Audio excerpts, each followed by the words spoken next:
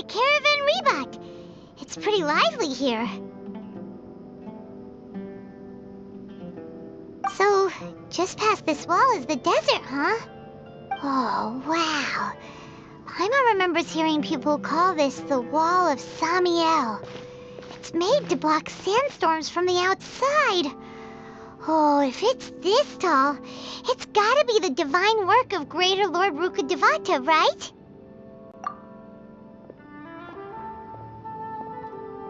Enough gawking. Come on, follow me. Huh? Over here.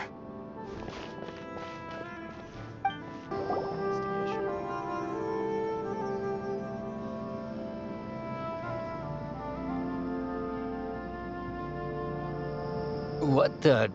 Where did he go? How did we lose him? They were just here a second ago. More Eremite mercenaries? Who are they working for this time? Anyway, Traveler, it seems like we were being followed again. You were too careless. You should have noticed those hopeless amateurs trailing you a long time ago. There's no need to thank me. I've never cared to keep track of personal favors.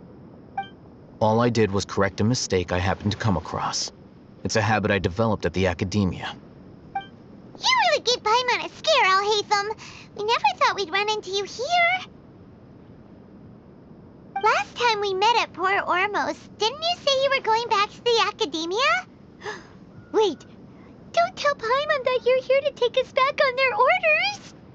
Oh, so you've already landed yourselves on the academia's hit list. I can't say that I didn't expect it. However, had I wished to turn you over to the academia, don't you think you'd already be the Eremites' honored guests by now? Oh, right. You do have a point. I have no interest in running errands for that project. As a scholar, I've always belonged to the camp that promotes researcher autonomy. And these days, you're more fascinating than anything the sages can offer. Not quite. To tell you the truth, I'm still investigating the Divine Knowledge Capsule. Unfortunately, I've run into some difficulties. Everyone says the capsule originated in the desert and was eventually moved to Port Ormos. If I am to get to the bottom of this, I must understand how the capsule first came to be. Which brings me back to you, and why you're so interesting. The leader of Ain al-Ahmar used the Divine Knowledge Capsule right in front of you, and upon seeing him, your expression became perplexed, and you were lost in thought for quite some time. To have that kind of reaction, I think you must have realized something. Are you interested at all in sharing what you've been hiding from me?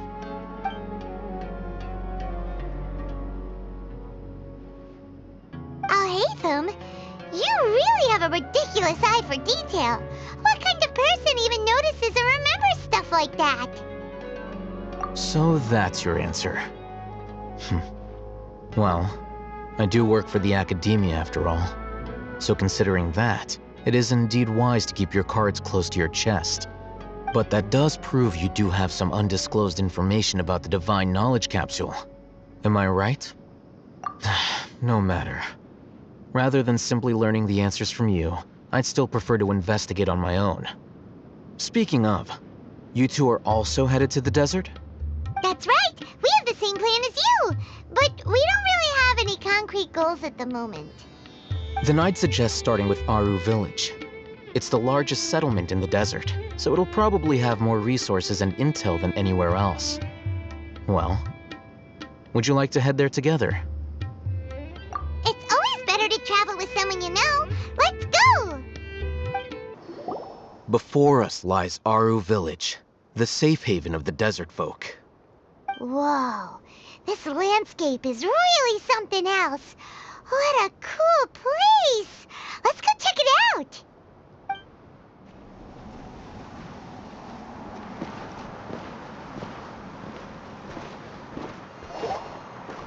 Wow!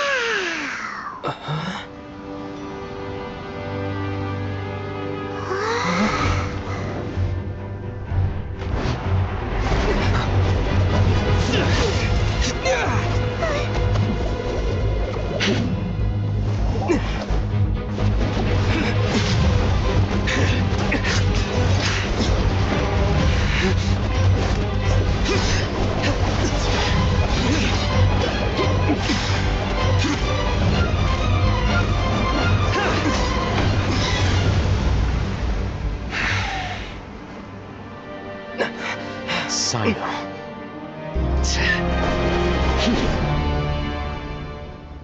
Unless my memory fails me, we have barely spoken 2 words to each other before now at the Academia.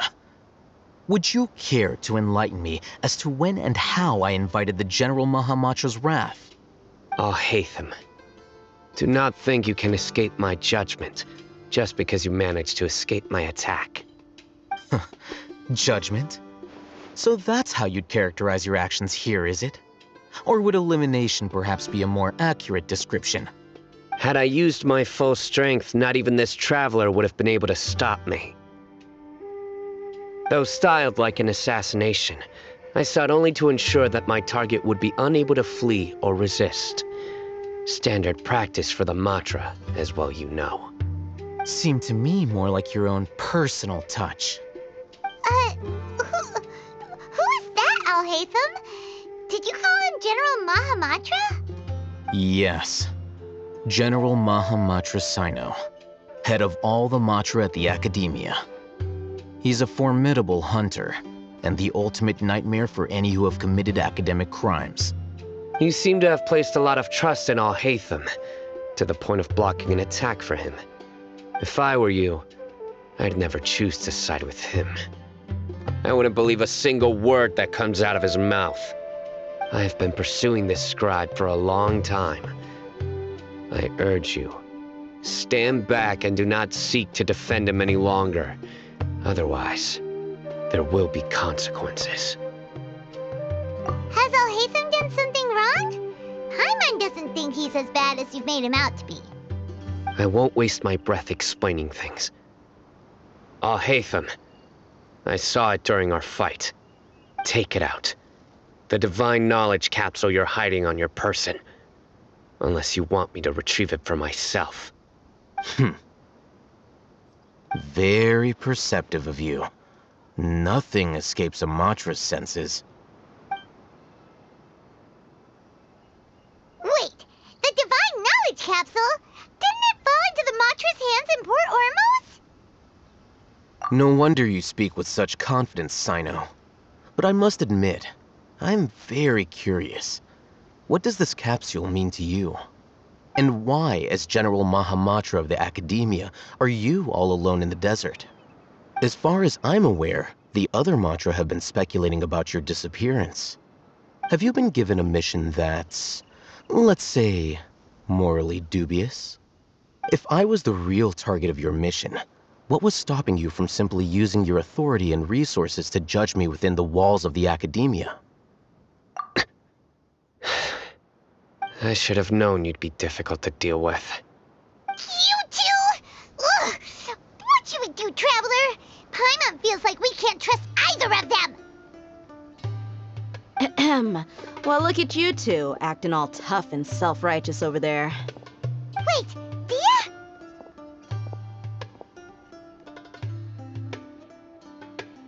Great! Finally, someone that we can trust! You gotta help us out here, otherwise these two are gonna start fighting again! Yeah, sure looks that way. 2 giants from the Academia duking it out once and for all. Not something you get to see every day, that's for sure.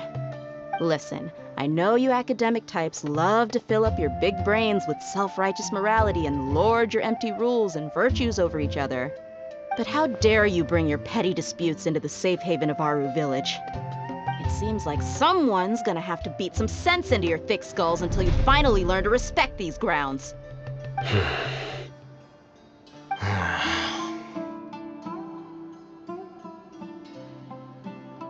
Hey, did either of you hear a word I just said? Whoa, what's going on? The wind's so strong! Is this a sandstorm? Paimon's gonna get blown away! Another sandstorm? What's up with these recently? Hey! Oh, All of you, over here, quickly! We have to take cover! Someone's calling for us! Oh, this wind is too strong!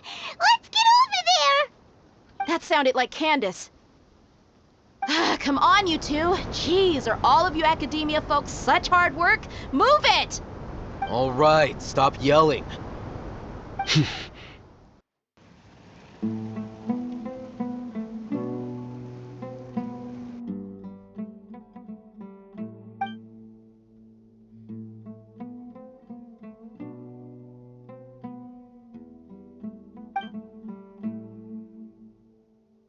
Well, this is pretty awkward.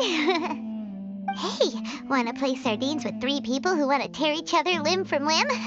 Sure, why not? Sounds fun. The air is so thick and heavy. Paimon can hardly keep floating anymore. My sincere apologies, everyone. This is the home of our village chief. I will have to ask you to make do with this small room until the sandstorm dies down. Please, let me introduce myself.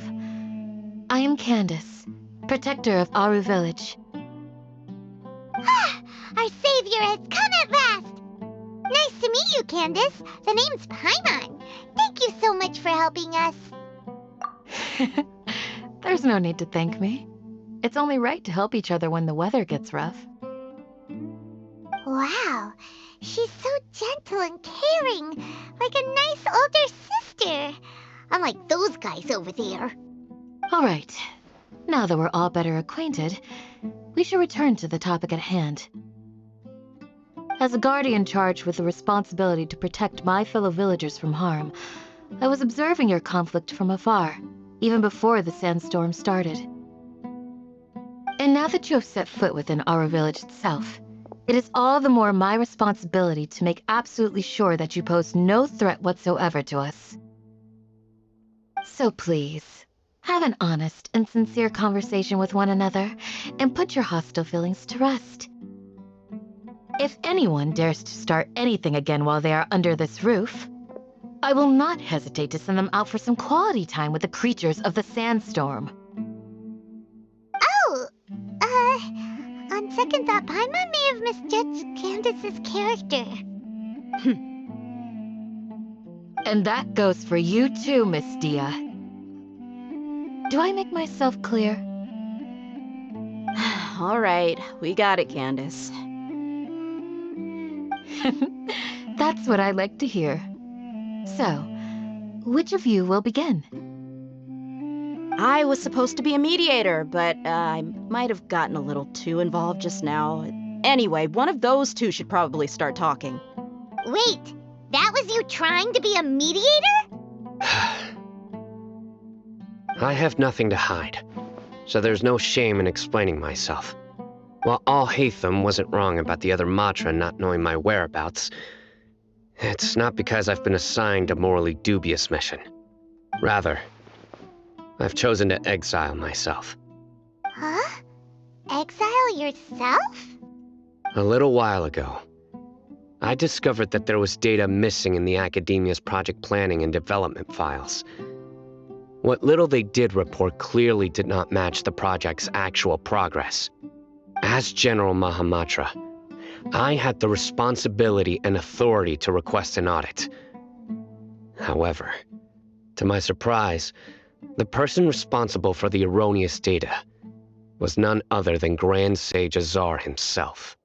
I tried to investigate the issue myself before submitting a formal audit request, but I soon found that all leads and potential pieces of incriminating evidence were carefully concealed from me.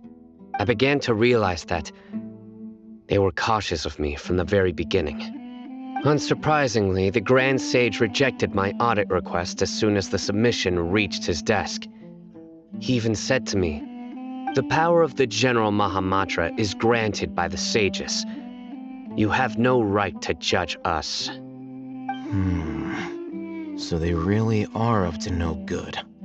I realized then that to the Grand Sage, the Matra are nothing more than tools for the sages to assert and maintain their control over knowledge. The vows that we took, the principles that we strive to uphold, They are meaningless to the academia of today.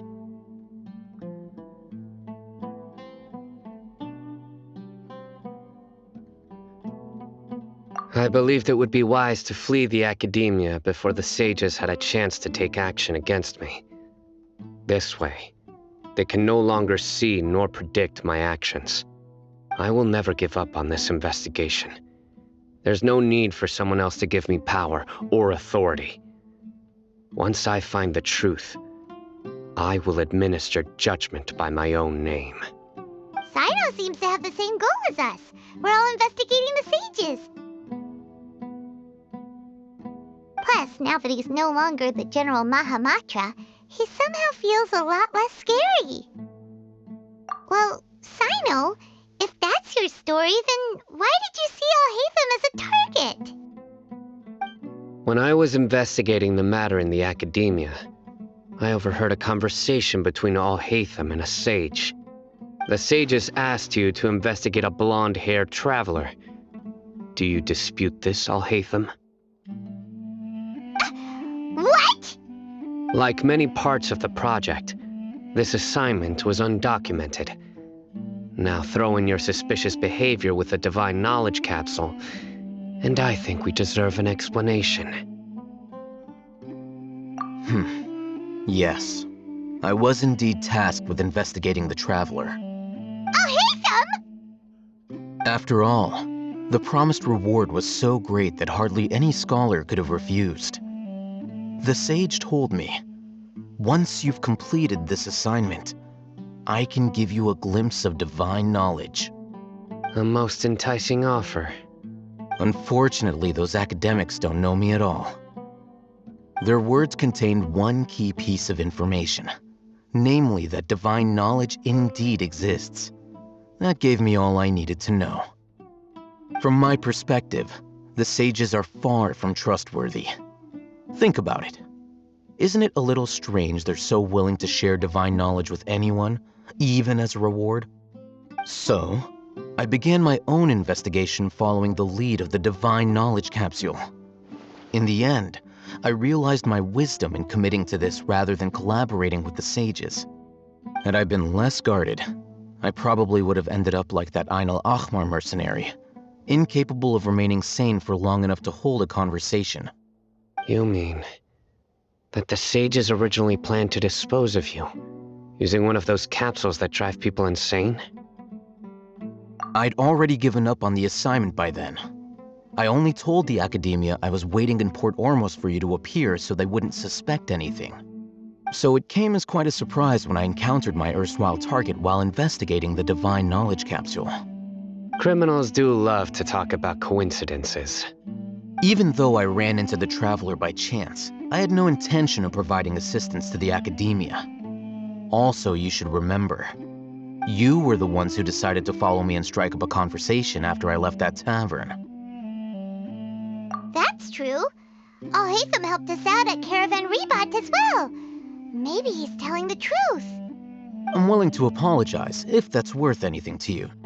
I took the Divine Knowledge Capsule behind your back because I judged its existence to be a significant risk. I felt that it would be best for no one to interact with it before it had been properly studied. After all, curiosity often proves to be the most dangerous thing in this land.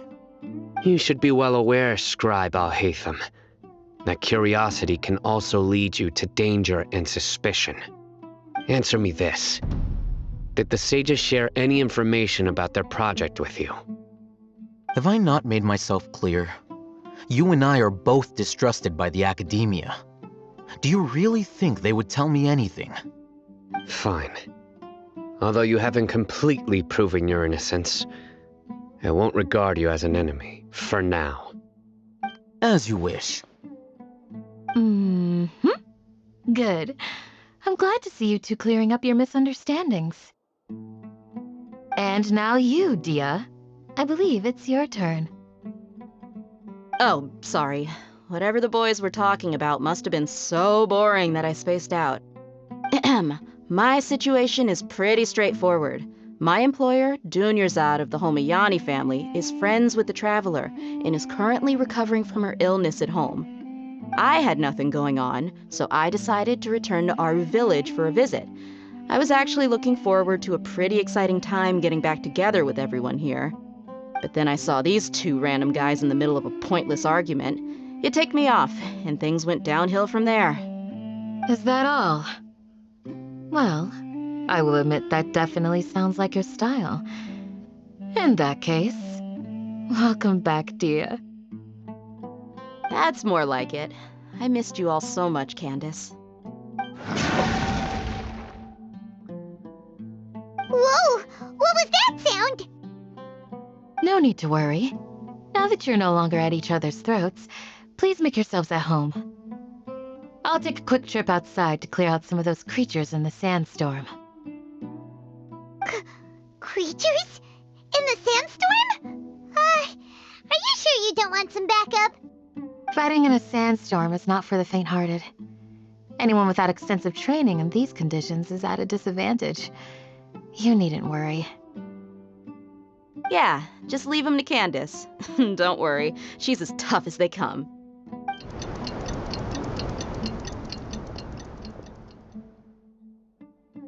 The wind's died down.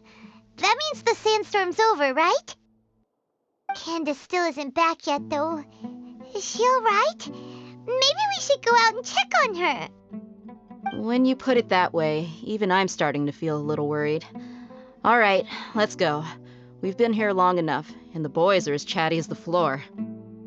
Whew. Candace, you're still fighting? You've been out here dealing with these creatures the entire time? Yes.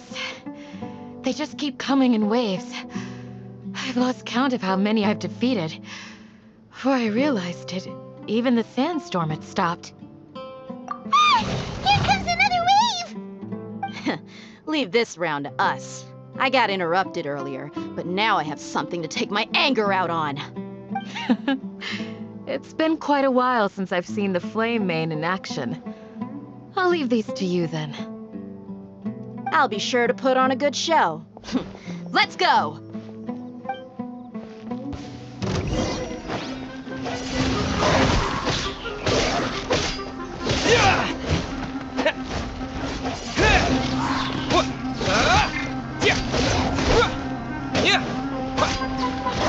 Wind blade!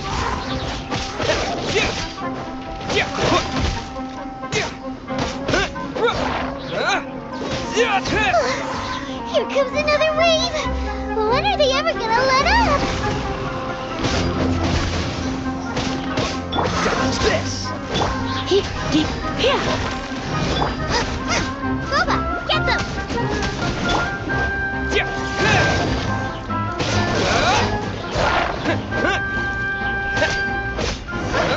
The creatures stopped appearing.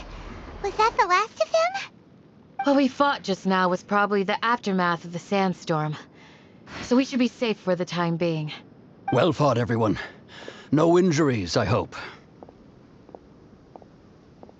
Huh? Who are you? Ah, my apologies. I haven't had a chance to greet you yet. I had my hands full taking care of the village's elderly and children. I am the chief of Aru Village. Everyone usually calls me Uncle Anpu. Sir, I am also originally from the desert, but I have not been back for some time now. May I ask if such sandstorms are common? I can't say they've always been common, but recently the storms have become increasingly severe and frequent. Besides sandstorms, we also occasionally get earthquakes. According to an investigator who stayed in the village a while ago, these unusual natural phenomena are related to the withering of Irminsul. Another effect of Irminsul's withering. So, Irminsul's withering causes withering zones in the forest, and sandstorms and earthquakes here in the desert? Everything in the natural world is inextricably connected to Irminsul. These regional symptoms can indeed be a reflection of Irminsul's present state. Everyone in Aru Village needs to take good care of themselves.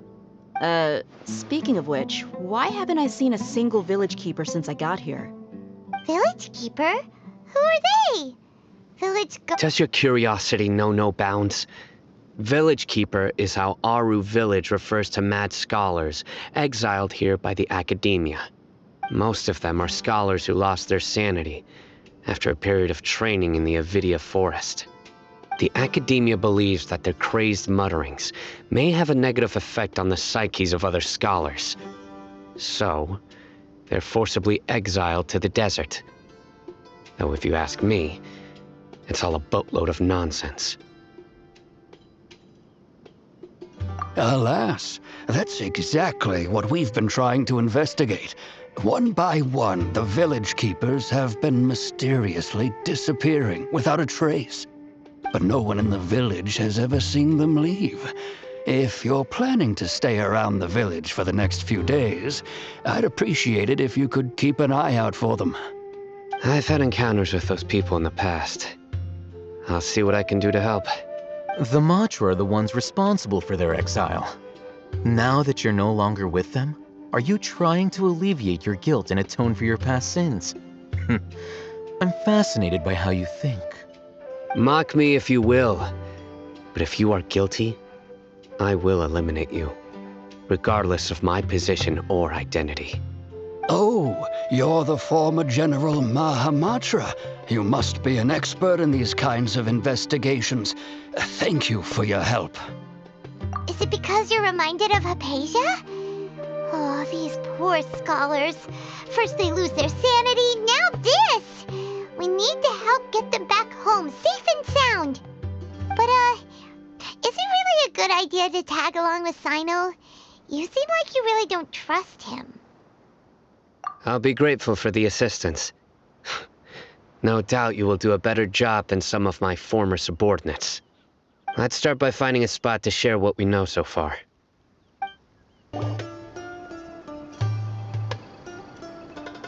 Although I've sent myself into exile, I'm still doing essentially the same things as before. Do you still have any questions for me before we start our investigation? One of my former subordinates told me that this title has its origins in a strange incident. The academia has long exiled mad scholars to Aru Village. A mysterious phenomenon exists here. When mad scholars first arrive, they are as incoherent and deranged as before. But after spending some time here, they invariably begin to calm down. Initially, the people of Aru Village greatly resented having to take in the mad scholars. But a strange incident one night changed that. Aru Village was struck by the strongest earthquake in living memory. Seeing buildings on the verge of collapse all around him, the then chief of the village was preparing to take everyone to safety. Suddenly, he noticed a mad scholar crouching in a corner, caressing the ground with his hands. A soft, green light radiated from him, like a divine glow against the backdrop of night. Despite the powerful tremors that ripped through the ground that night, all the houses remained upright, almost as if they had grown roots reaching deep into the ground. In the end, not a single building collapsed, and no one was hurt. After that, the people of Aru Village treated the mad scholars with greater kindness, and began to refer to them as the village keepers. The soft green light? A mad scholar protecting Aru Village? What do you make of it, Traveler? Paimon thinks so too. Actually, Sino, do you know if any of the mad scholars continued to wear their Akasha terminals at Aru Village? In theory, they would continue wearing them so the academia could still monitor their activities. With that said, the main Akasha system would no longer have any interaction with them. Oh, no wonder! Everything makes sense then! Add in the fact that they calmed down, it was probably Nahida who calmed them. If you are able to draw a conclusion from this one story alone, then it appears you possess much more information than I do. So, what do you make of the story? Really? Lesser Lord Kusanali. What? You don't believe us? Lesser Lord Kusanali was definitely using the Akasha to give her power to the Mad Scholars! No, it's not so much that I don't believe you. I'm just struck by your reasoning. Lesser Lord Kusanali, the current Dendro Archon. Is she really active in Sumeru? The Academia has always placed far greater importance on the late Greater Lord Rukkhadevata. They've more or less ignored Lesser Lord Kusanali, and I've never had any reason to doubt their views. In addition, I've never heard any stories about Lesser Lord Kusanali and her deeds. To me, she might as well have been a god that never existed. No way! Nahida definitely exists! She's a... How should Paimon put it? She's a good Archon who's kind and wise, even if she says weird stuff sometimes. I've spent many years interrogating criminals, so I can easily tell when someone is lying. Good! Then you should know that we're telling the truth! That look in your eyes. I've never seen that from a liar. You two really must have met Lesser Lord Kusanali. How can this be? To think, our Archon has been amongst us this entire time. Alright, now it's our turn to put our skills to good use for this investigation. But easier said than done, especially since we don't have any leads. Maybe we can start by knocking on some doors. Excuse me, are you here to help me find my grandpa? Huh? Who are you? By the sounds of it, a resident of this village. My name is Isak. You'll help me find my grandpa, right? Is your grandpa a mad scholar? Hey, don't say that. Grandpa is just Grandpa. Why do you have to call him that? It's not like he's a bad person or anything.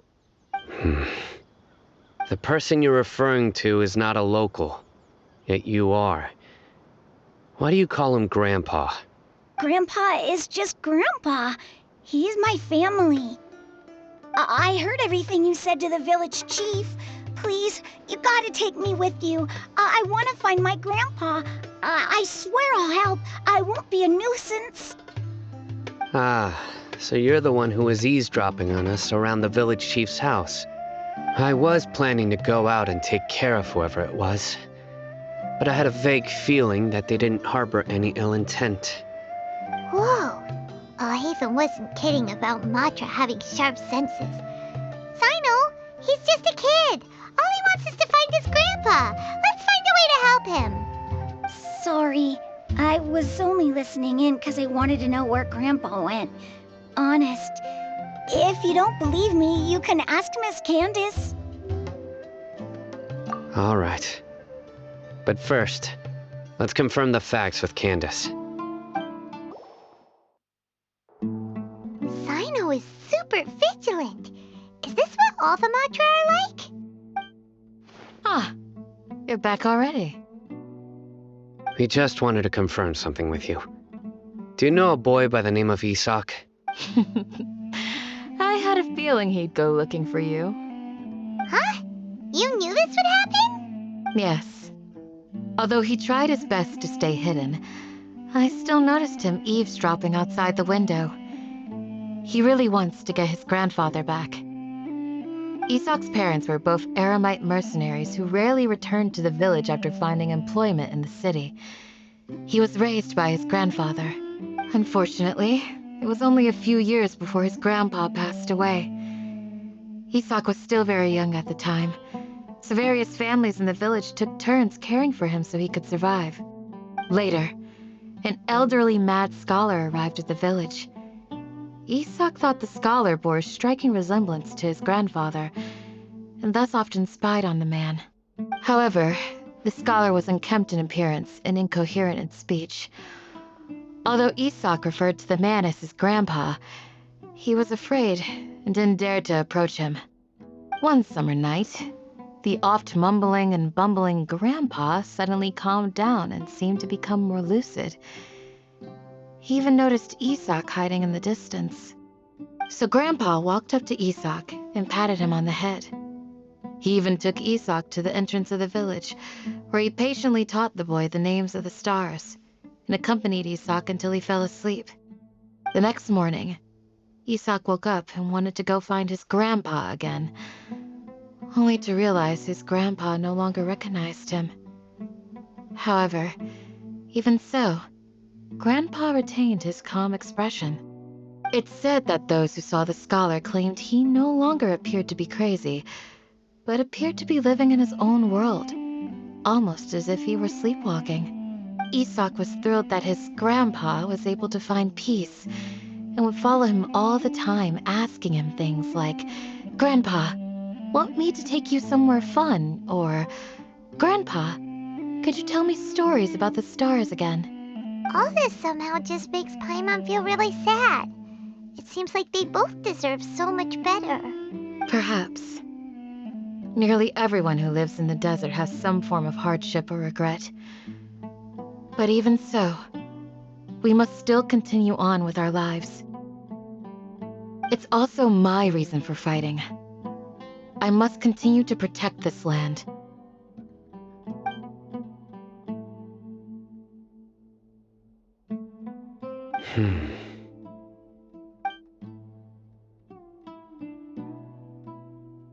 Maybe the people have always had a considerate god watching over them. Huh? What did you say, Sino? No, nothing. As long as Esau keeps his word and doesn't get in our way, we can take him along. Perhaps you are more compassionate than I gave you credit for. Please accept my thanks on Isak's behalf, Sino. Hey, Isak! Oh, it's you guys! We've cleared everything up. Let's go find your grandpa. Really? Wow! Thank you so much! Yeah! Alright. Let's ask the local residents some questions first.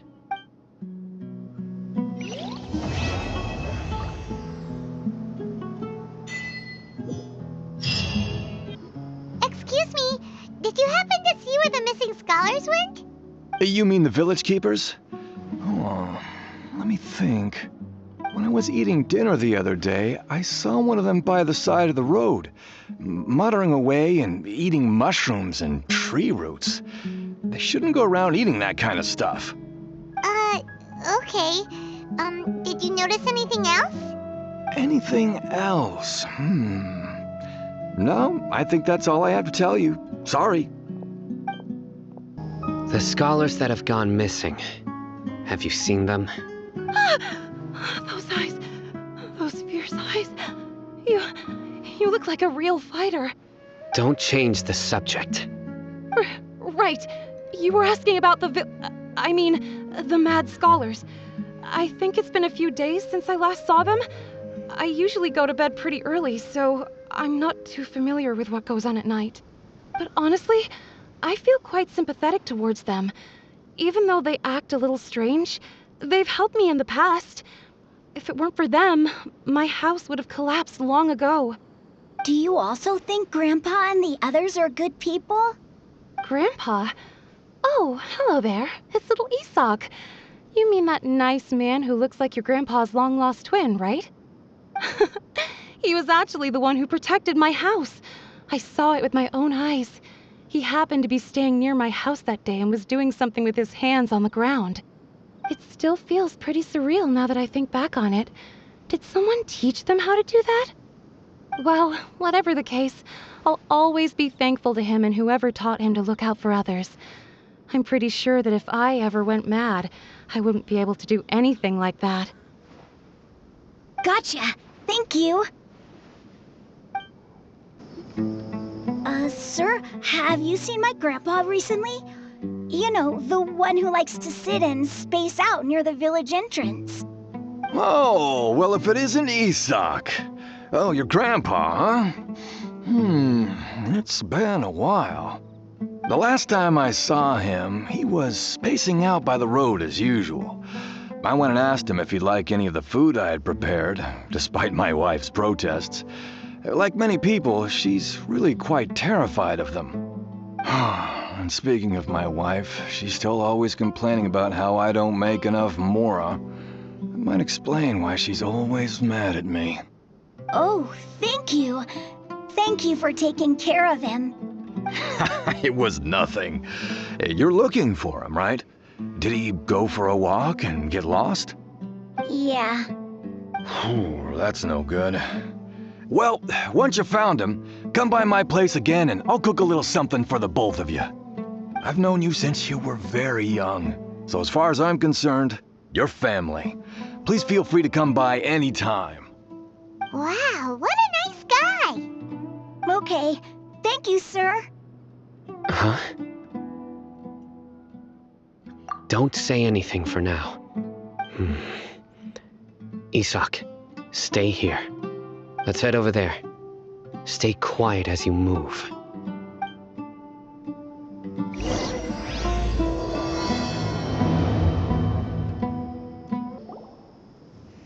Listen, see if you can make out what they're saying. Have you heard? The mighty King Deshret, the sovereign of our faith, will soon return to this world.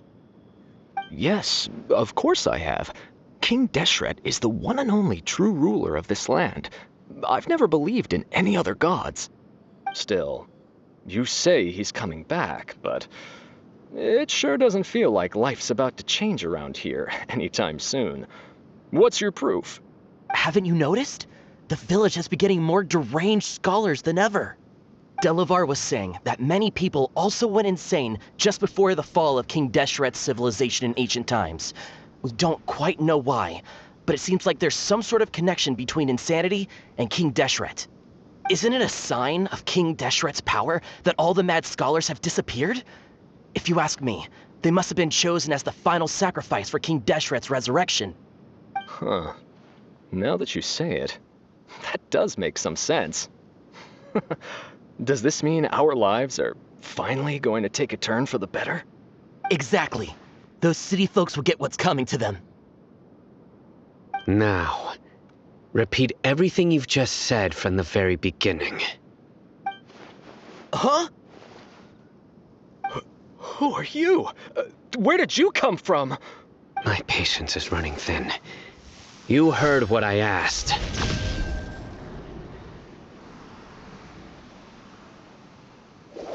Yeah!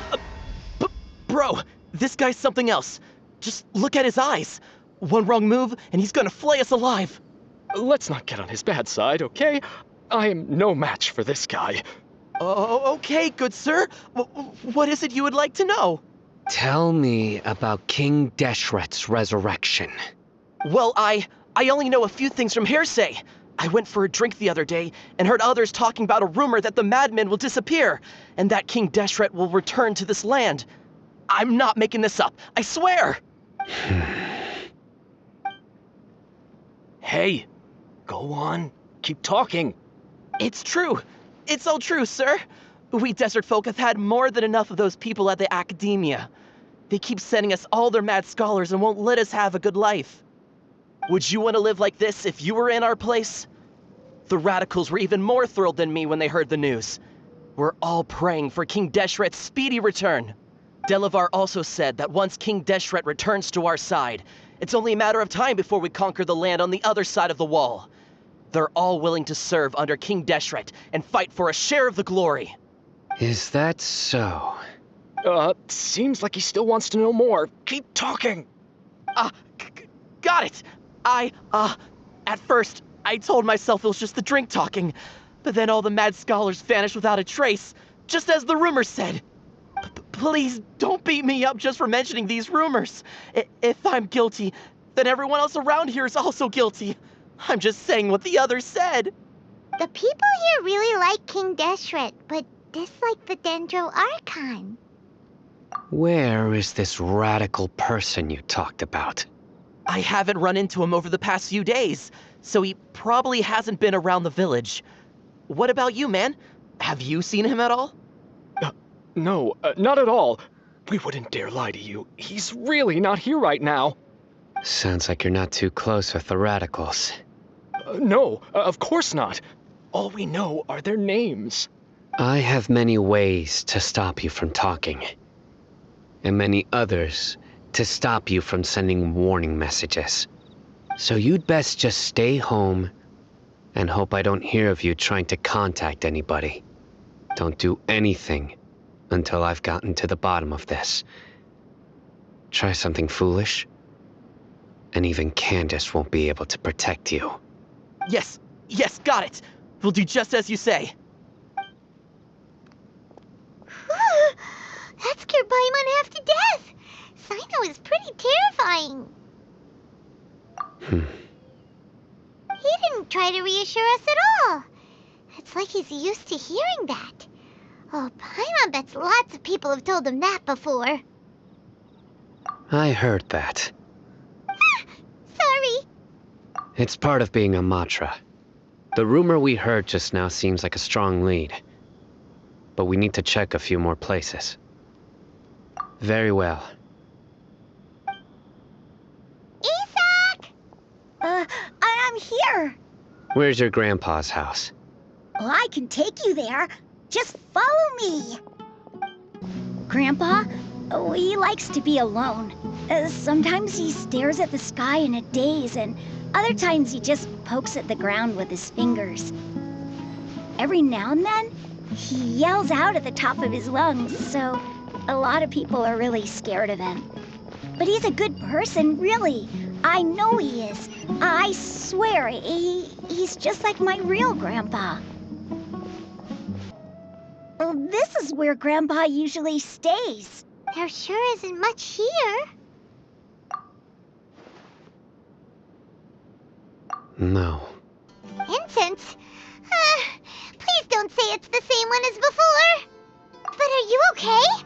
Are you getting dizzy or need to lie down? There's a scent that you can sense, but I can't. A certain traveler here once passed out from that smell. Thankfully, Tighnari saved the day. And then he gave us a long lecture to explain all about how it worked. So, you know Tighnari? Huh? You know him too? Are you two friends? Yes.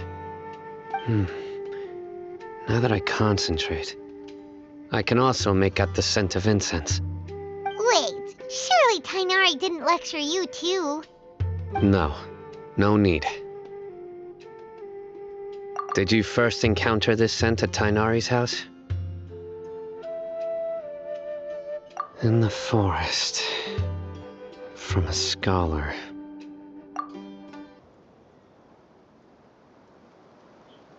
What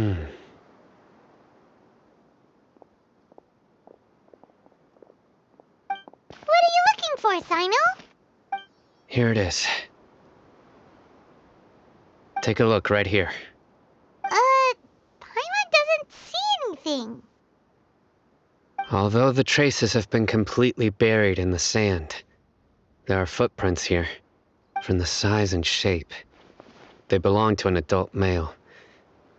This pattern is a common one from this area. Local shoes. This was probably someone from the village. The scent is quite faint, but still extant. The footprints head in that direction. But who would come looking for Grandpa? He doesn't have any friends. We'd have to ask whoever lured him away with the incense. Huh? So you can lure someone away with just a scent?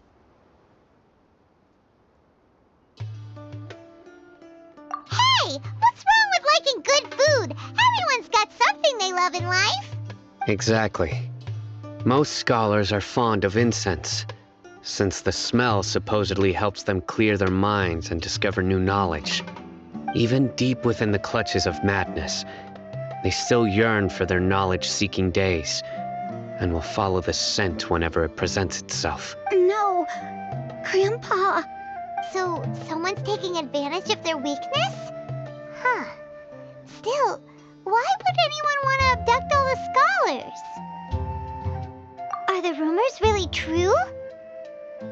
Could the disappearance of all the mad scholars have something to do with the radicals? It's highly likely. Please, you have to save my Grandpa. Grandpa's never done anything wrong. Please help him. Sounds like we'd better help get him back. Don't you worry, Isak. We won't let whoever took him get away with it. Let's head to Aru Village and inform Candace and the others about what we learned here. After that, we'll set off to find the scholars. Right. The darker fabric definitely looks a lot better. That'd be my choice, too. We're back, Candace! We've got a lot to tell you. Welcome back. Sounds like everyone's friends already. Oh, Dia's here too! You bet. So, everything goes smoothly?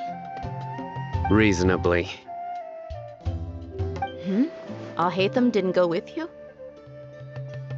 We haven't seen him at all. Huh. I saw him around the village entrance earlier and figured he was investigating with you. I guess he must have gone off on his own. Did you find out anything useful?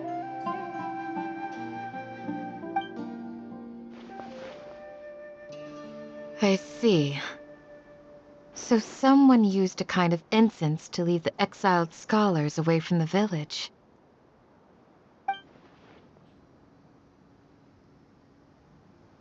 The resurrection of King Deshret? First I've heard of it.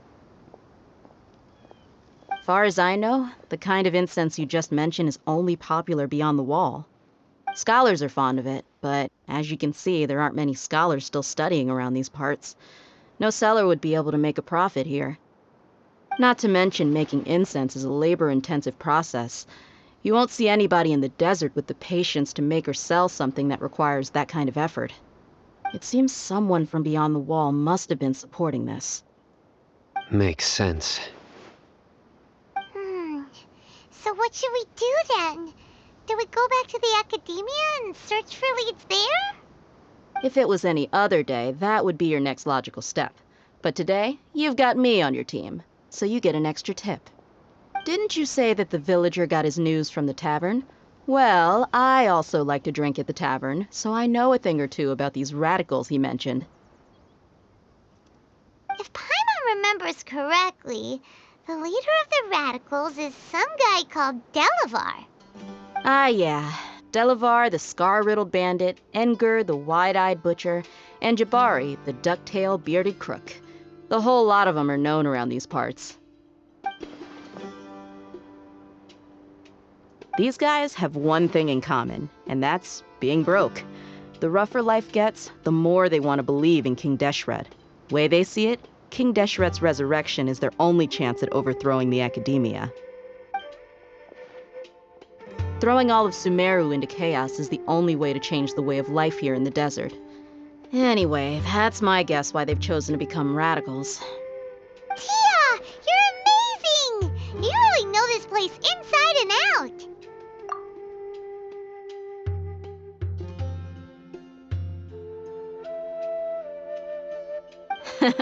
No merc can afford to slack off on gathering intelligence. Every mora I've spent in the tavern has been a valuable investment. Let's head out. Now hold on, you're staying right here, Sino. Why? Aru Village is not a big place. Outsiders stand out here like a sore thumb. I'd bet word about you has already gotten out. The desert is unforgiving, so the way of life here is also a lot tougher than on the outside of the wall. You survive on making connections out here. Compared to you, mercs like me are just third-rate amateurs. I've got no actual fighting skills to speak of. But that also makes it a whole lot easier for me to gain the locals' trust. I need to go around and ask some questions, but it'll be difficult if you're with me. Fine. Good, then we've got a plan. The Traveler and Paimon will go to Caravan Rebat with me, and we'll try our best to figure out where the mad scholars have been taken. Sino, you'll have to stay in the village and continue investigating on your own. All right, sounds like a plan.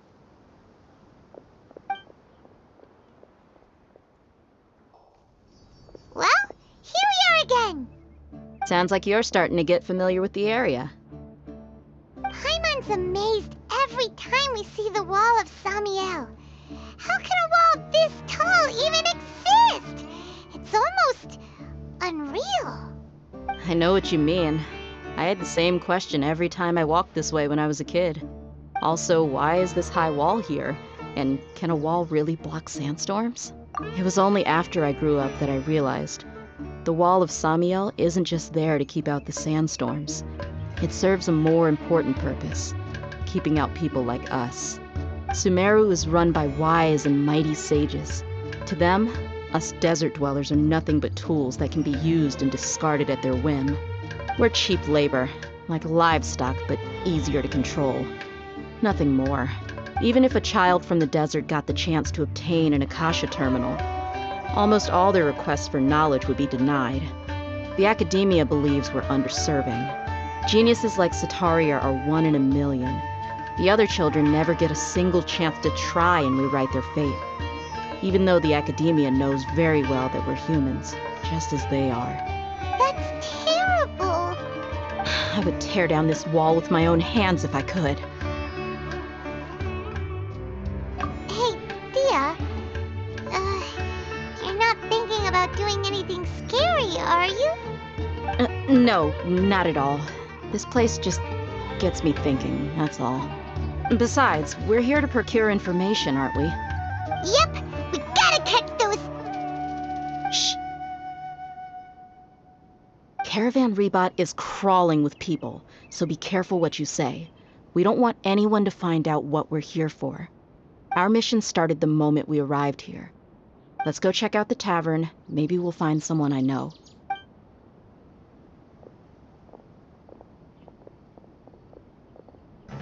Just our luck. None of them are here today. You mean, you don't see anyone you know? Dia, is that you? What a coincidence. You here for a drink too? Zaki. Finally, a friendly face. Oh, and who do you have with you here? Guests from another land?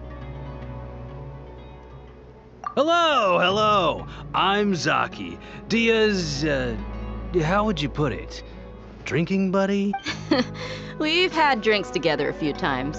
You could say we go back a ways. Anyway, as far as my friends here, they aren't too shabby, are they? You rarely see any Outlanders so friendly and respectful nowadays. Absolutely. Much better than those people on the other side of the wall. So, Dia, are you looking for someone? Yeah. Have you seen Enger, Delavar, or Jabari recently? Of course I have. Matter of fact, we were all here drinking together just a few days ago. I've got a spice trading deal from another nation. I thought maybe Delavar and his friends might be interested. Know where I could find him? Ah, how thoughtful of you. Then I assume you also know that Delavar's been having a hard time making ends meet these days, so you came here to help him out? Hey, keep it down. Let's just say I prefer to keep this deal a secret. Y'all at Caravan Rebot are like family. If there's more to be made, why not do it together? Besides, Delavar and his friends have muscle. They'd be a good fit for escorting the goods. Yes, how considerate of you. Delavar's my friend too, so of course I can take you to him. Come with me.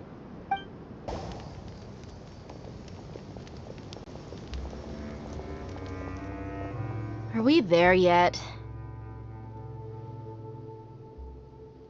Yep, this is the place. This place is practically deserted. What are they doing in a place like this?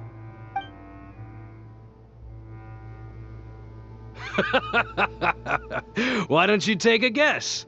Go on, a wild stab in the dark. You're like lambs to the slaughter. Oh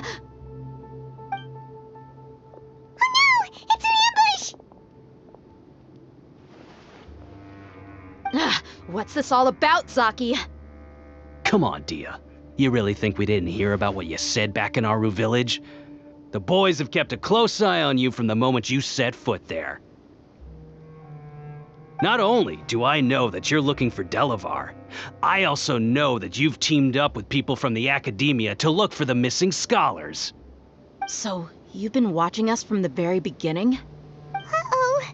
Paimon knew leaving Sino behind was a mistake! And you left the strongest one in the village, didn't you? Who do you think you are? You really thought we'd fall for your little business deal nonsense? So you and Delavar have been partners all along. Dia, I guess it's only natural for a traveling mercenary like you to be out of the loop. Those of us who hang around the tavern have stronger bonds than you think. But you got one thing right. We're all looking forward to an uprising in Sumeru. There's nothing more we'd like to see than the desert folk overthrowing the academia. If that's the case, then I'm sure Delavar wouldn't miss a second of it.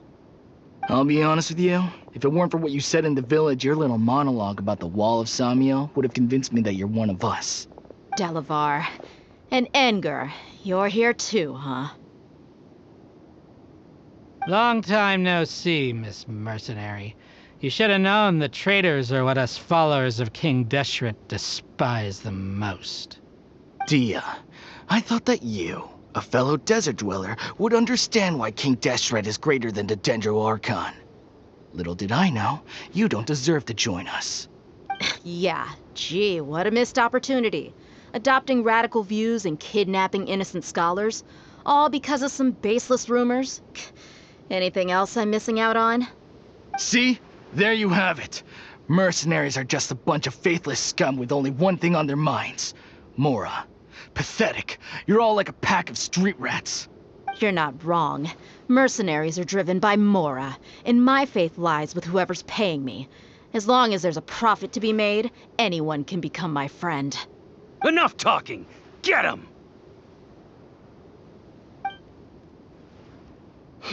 Just as I expected.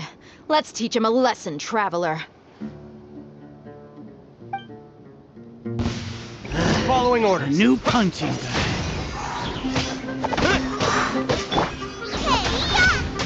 Out of the frying pan, into the fire!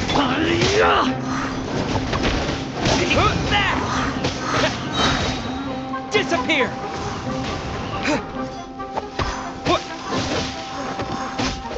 Yeah. Impossible! How could you?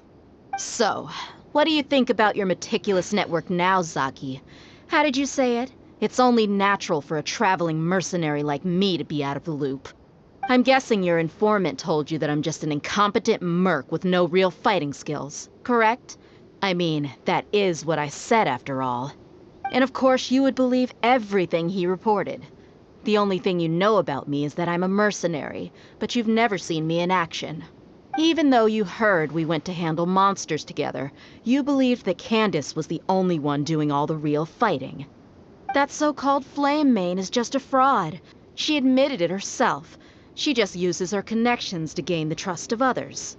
That's what you thought, right? Ugh. You lied in the village because you figured that we'd have people watching you. And you were stupid enough to fall for it. I figured as much the first time we drank together. You all thought you were so smart. Pathetic. Okay, that should be all of them. Whoa! So you've been planning this since we were in Aru Village? No task can be done without preparation. I just happened to notice a couple suspicious-looking people while you were out investigating. Oh, but instead of catching them right away, you let them report back. Those two who were snooping around were just a couple small fries. If we want to get the real catch, we have to be patient and give it some time. Oh, you mean the funny name she mentioned back in Uncle Ampu's house? The wide-eyed butcher, scar-riddled bandit, Paimon can't remember them all. That's just a bunch of drunk talk. Engar and Delavar like to talk themselves up when they're drinking. Engar, the wide-eyed butcher, and Delavar, the scar-riddled bandit, are the nicknames they came up with for themselves. Alcohol has a way of making people share what they really think. So Engar and Delavar are always rambling in the tavern about how King Deshret is a superior deity. What about Zaki? He's just a numbskull who fell right into our trap. Zaki was probably the best hidden of them all. My initial plan was to find Delavar first, and then try to track him down. That's what you wanted to ask when we were at Uncle Anpu's house, right? Jabari is one of the villagers you talked to. You know, The one who wanted to treat Isak and his grandpa to some food. Wait, so he's a radical too? No, he isn't. I just needed to tack on a random villager name to make the eavesdropper think that I was making some wild guesses based on my impressions. Wow, what a genius idea! Well, that's an expert mercenary for ya. Ah, you're too kind. It was straight from the usual playbook, if I'm honest. So, that thing you were saying before, is it really true? About what? About how mercenaries only care about Mora, and that anyone's a friend as long as there's a profit. Does that bother you? What makes you so sure? Dia, do you dislike the Dendro Archon like the other desert folk? You two are pretty sharp. No, I don't have anything against the Dendro Archon. I've heard a lot of nice things about the Lesser Lord from Dunyarzad. I can understand her devotion and gratitude. Dunyarzad's just an ordinary person. There's no way a god would be so involved in the lives of everyday people, unless they were truly compassionate. I've begun to realize that the sages are behind everything that's happened recently. The radicals' blind belief in King Deshret, making the Dendro Archon out to be an enemy. It's all the Academia's trickery. But I see through it all. And unlike them, I can never be hostile towards anyone who's never done anything wrong. Dia. Anyway, looks like we're done with business here. Traveler, lend me a hand. Let's tie him up and bring him to the village. This should be all of them. I'll let you take it from here. All right. I'll be in touch. Until then, please stand by. Candace, do you need any help? Candace will be okay on her own. I trust her, so you can too. She's been guarding Aru village for quite some time now. If anyone is qualified to question the offenders, it's her. While I'm questioning them, why don't you pass some time by exploring the area? I'll meet you back here tomorrow morning, Traveler. As for these idiots, let's just hope they live to see another day. Hey, Dia! Right on time. We'll know any moment now. Paimon's been wondering. You seem to know Candace pretty well. Have you been friends for a long time? We've known each other for some time now. She's a pretty interesting person. Even though she's an extremely strong warrior, she never misuses her powers against others. Oh, Paimon knows what you mean. Like a lot of martial artists say, never take the fight outside the ring. Yep, I guess you can put it that way. It takes strong convictions to be as dedicated as she is, and shoulder that kind of responsibility. Us mercs, on the other hand, we pretty much live from one day to the next. Well, Paimon thinks you're great too. Really? Thanks for that.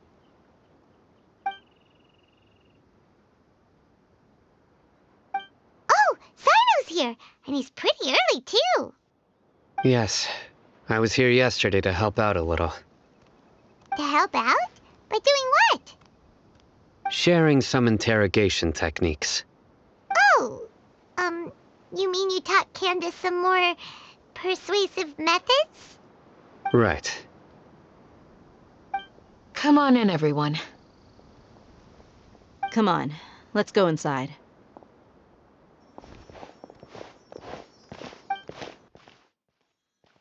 Candace, where? Whoa, you look furious. Do I? Huh. What gave it away? Oh, there's no mask that can hide true bloodlust. Cover up your eyes, and it'll still show itself at the corners of your mouth. Perhaps I need to work on my composure. Still, it's perfectly understandable why I'm angry. I'm sure everyone present would agree. Yes, ma'am. Please, don't beat us anymore. We're gonna die. Well, looks like Sino taught her well. You fear death yourselves, yet you do not hesitate to place the lives of others at risk. The absurdity is mind-boggling. The ones you call mad scholars are known to us as the Village Keepers. They are vital members of our community, and some even count them as family. You come here, to my village, and you treat my people as nothing more than stepping stones towards your goal. Tell me, what would you do to you in my position? Mercy! Please have mercy! You've made your bed. We may all be desert dwellers, but there's one thing that I understand better than you. The resurrection of King Deshret will only result in war. And war serves no one. The people of Aru Village care little about which god is in power. Life may be tough and tiring, but we wish to preserve our way of life. A war would only cause us to lose all that we have. And that is not a responsibility that you can afford to shoulder. We understand. We're sorry. I'll tell you everything I know. Please, just let us go. I'm listening. You might not believe this, but it wasn't us who came up with this idea. Someone was spreading rumors in the tavern. That's how we ended up hearing about King Deshret's resurrection. Some mystery man told us that mad scholars will make the perfect sacrifice to usher in King Deshret's resurrection. They give their lives, and we can get anything we wish for. They're called Village Keepers. Slip up again, and you'll regret it. Yes, sorry. It was all that mystery man's doing. He told us to spread the word about King Deshret's resurrection, and talked us into helping him. In return, he said he'll help facilitate the resurrection process. I'm not sure. That's one. Huh? One what? Strike. You get a total of 3. Then, you die by my hand. Wait, I'm telling the truth. We don't know anything. It was all him. 2. He got us to lure them out of their houses in the night with some kind of incense. We take them to a junction outside the village. Then the mystery guy takes them from there. You gotta believe me, please. I'm telling the truth, I swear. Just ask them if you don't believe me. That was indeed the truth. Traveler, go on.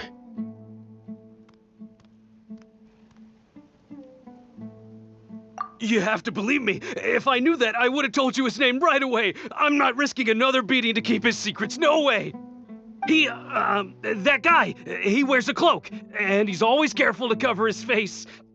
He calls himself King Deshret's envoy. I believe I may know what's going on. Uncle Anpu? What do you mean?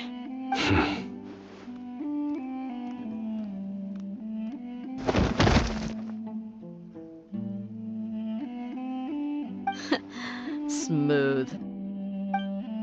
Okay, speak. If my suspicions are correct, this mystery man they speak of could be from the Academia. Some time ago, people from the Academia attempted to take the Village Keepers away. I refused, insisting that they are part of our community. It strikes me now that this secretive character shares the same goal they had. Which means it's highly likely that the Academia was purposely spreading a false rumor to trick the radicals into delivering the Village Keepers right into their hands. They were the ones who brought them here to begin with. Now they're trying to take them back? We aren't gonna let that happen. Not the Academia again. Just as I thought. But what could they want with the Village Keepers? People are nothing but tools in the eyes of the Academia. A change in their plans likely means they found another way to exploit the scholars. Regardless, our top priority now is locating the Village Keepers. You're right. Isak is still waiting for news on his grandpa. Time to go. Let's leave the village and try to track them down. Yes. Pack up and get ready to leave. You got it. Candace, I'll let you deal with the radicals. Leave everything outside the village to us. All right. Let's meet back here once everyone's ready.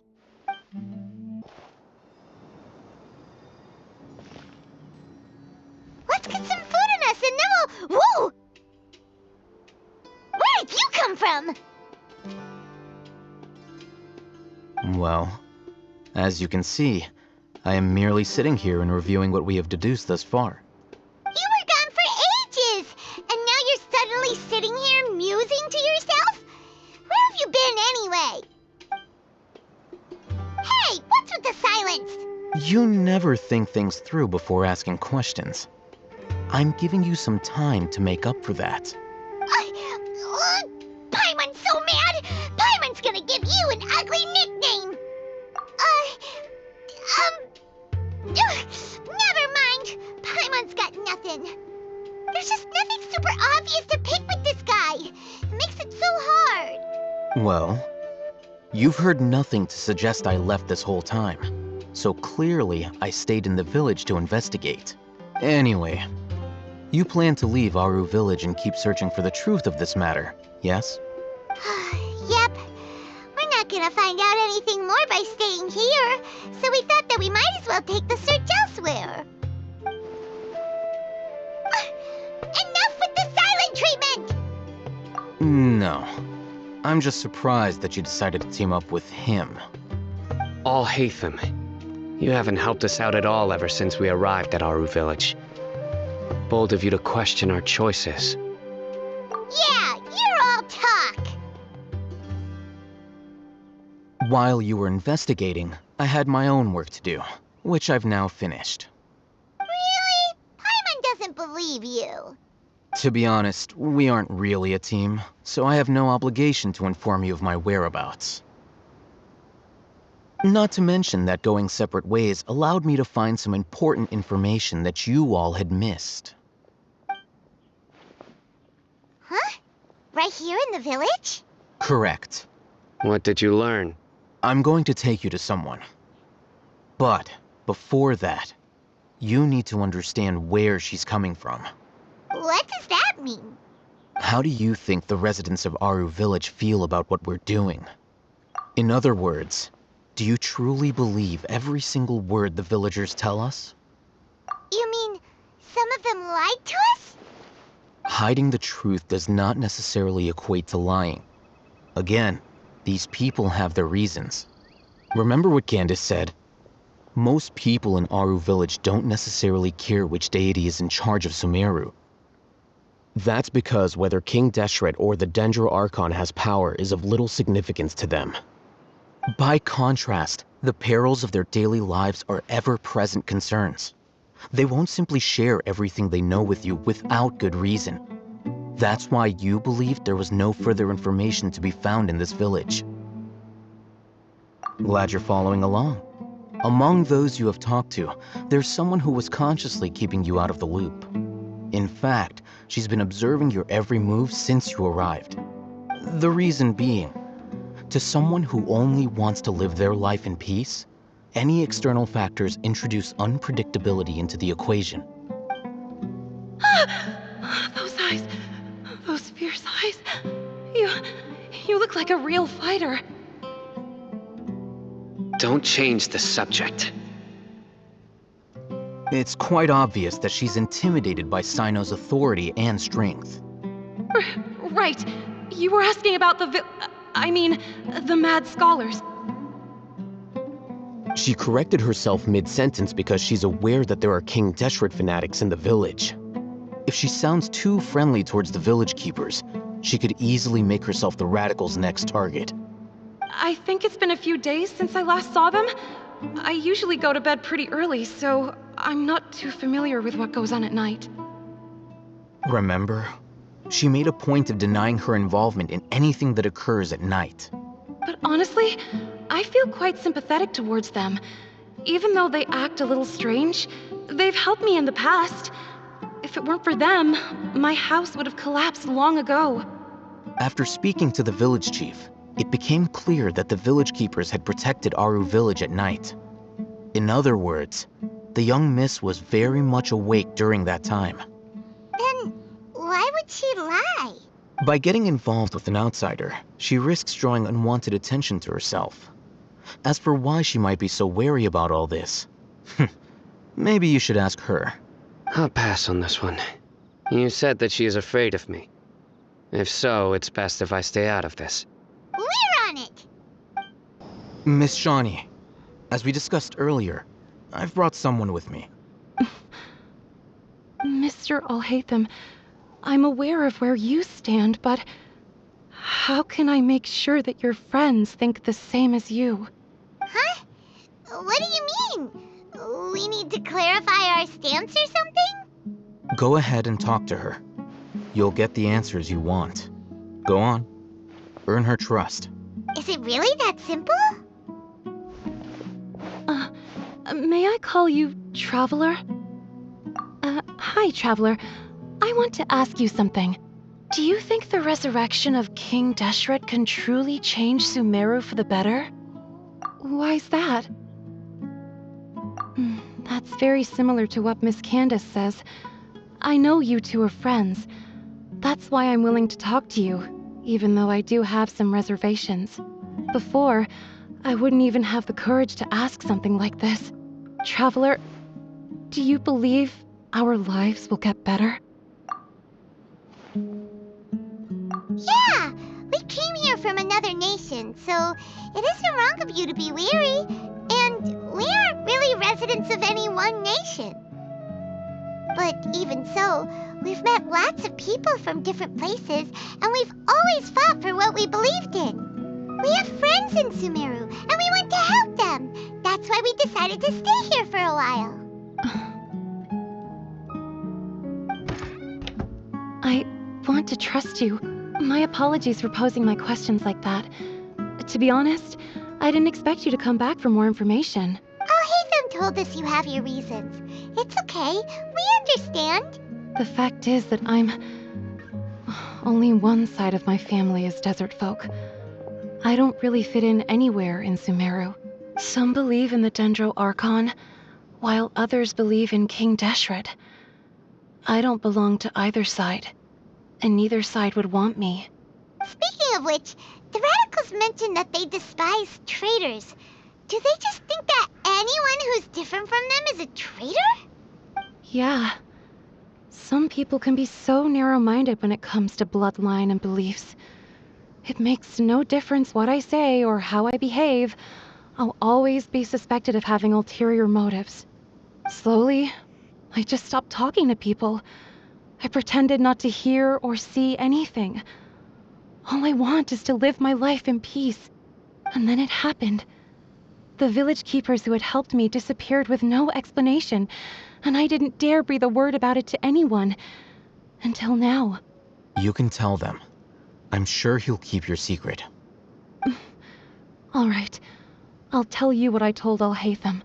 I actually have a sharper sense of hearing than most. Sometimes, I hear strange crying sounds in the night. There are ghosts? Perhaps. I'm not sure. It's faint, but it's definitely the sound of crying. It comes from far away in the distance, and always carries very raw emotion. It used to be louder and more frequent, but ever since you arrived in the village, it doesn't seem to happen as often, and when it does, it's much quieter. I have to focus really hard to make it out.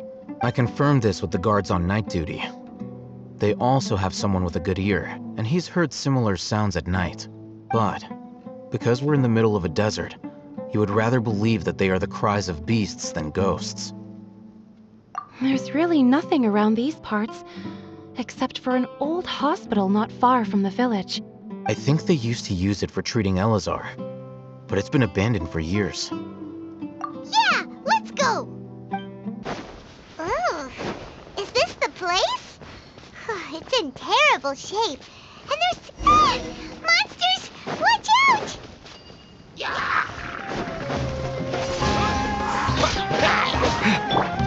Oh, so sorry. Let's spark this. Windblade! Nice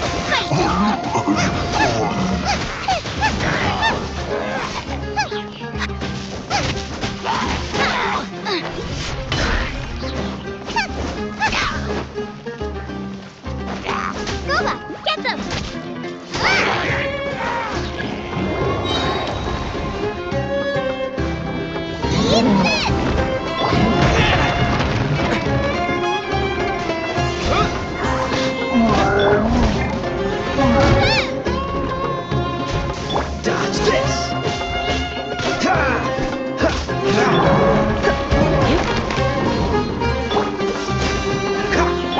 Out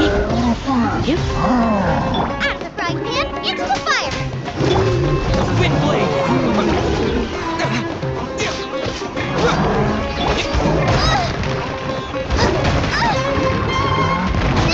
It really hurts! Nice and straight! Cool it! Don't get frostbite. Try not to enjoy this too much. Dodge this!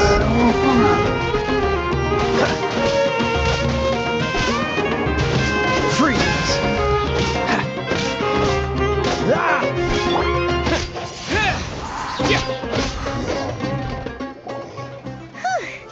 They were easier to deal with than Paimon had expected.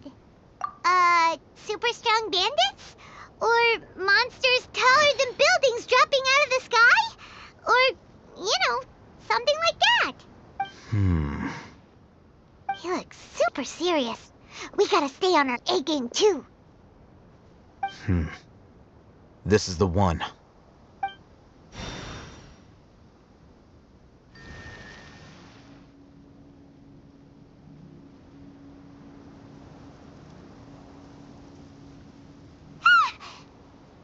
Let's go in and take a look.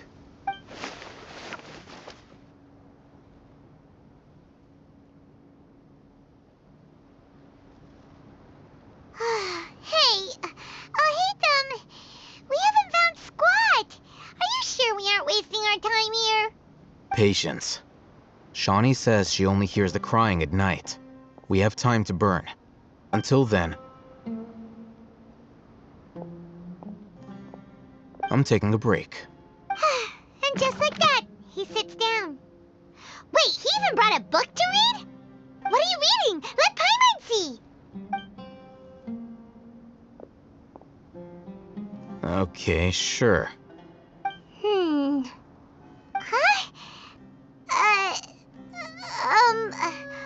The natural position, which is the positional propensity of an entity in natural motion in contrast with an object in forced motion?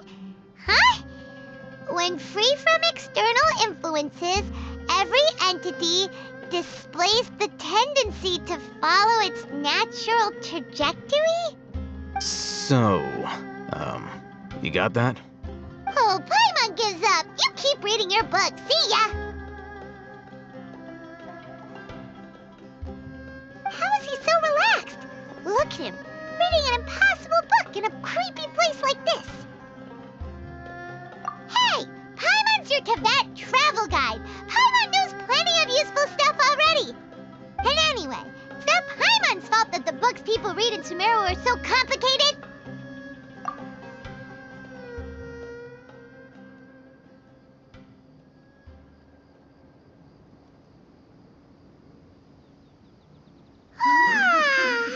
Paimon's getting so sleepy. Huh? What was that sound? There it is. It's coming from that direction.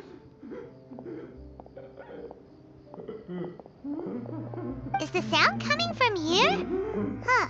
Paimon's not seeing anything. It's from below. But there's no way we can get down there. Something is off about the interior here.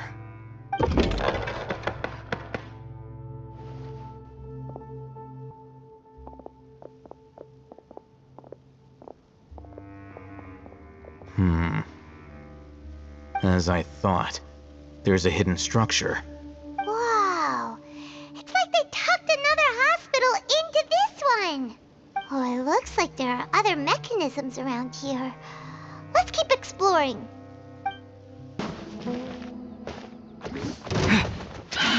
Windblade!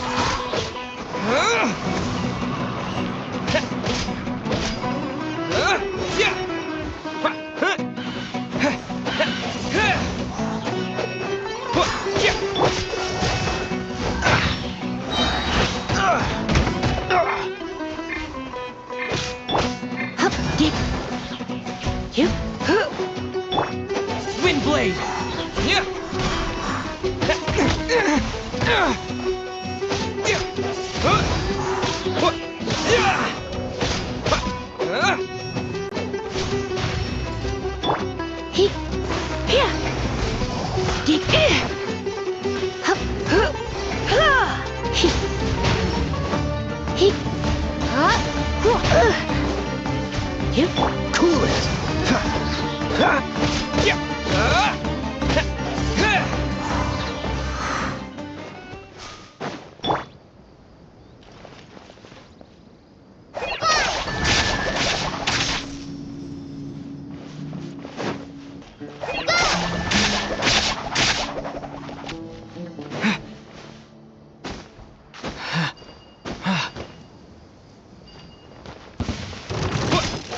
blade!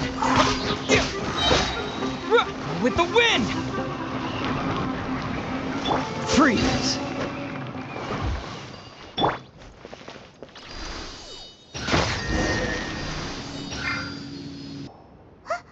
Look! There's someone over there! Good idea. Let's approach him slowly without alarming him.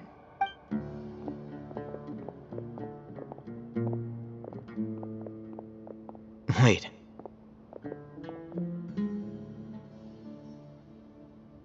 You're...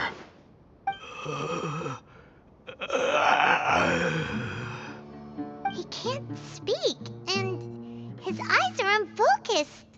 But he looks too young to be anyone's grandfather. Also, why is he the only one here? Didn't expect to see him here. You know him? He's Razak, a senior of mine at the Academia. He's a scholar too? Is he the kind that holes up in a forest and mumbles stuff about training? No. And that's the problem.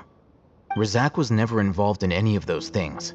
He never trained in the forest, let alone reach Satyavada life. Leaving that question aside for the moment, him being here alone means that we might be too late. Looks like they've already taken everyone away. For whatever reason, they left Razak here. Perhaps they simply didn't have time to come back for him. There are drag marks on the ground. They're clearer by the doorway. Someone was forcefully drawing a cart that was loaded with something heavy. Loaded with people? That is one possibility. It looks like they were in a hurry, as if they were afraid of being caught. In their haste, they failed to notice Razak hiding in a corner. The symptoms are identical. Looks like we found living proof. Huh? Why do you say that? Allow me to jog your memory. Recall your time at Port Ormos. Don't you think his symptoms look familiar?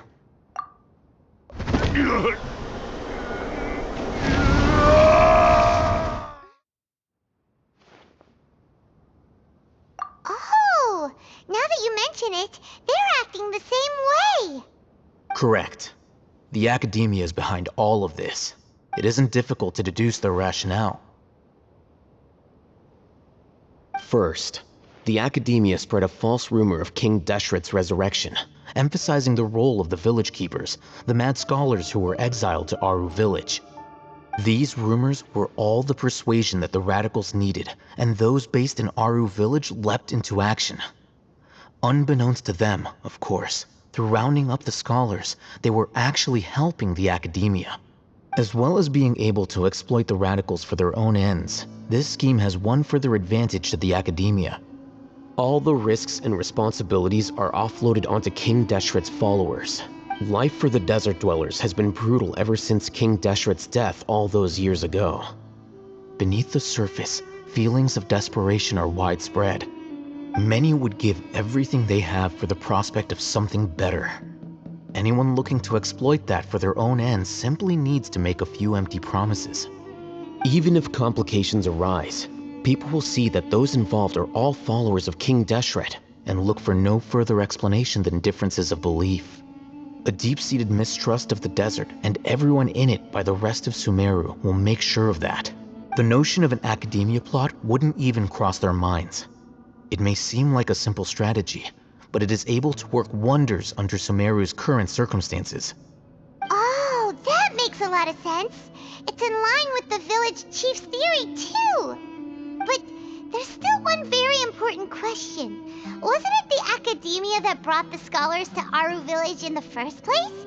Why does it want them back now? Throughout this process, one thing has changed. The scholars' identity.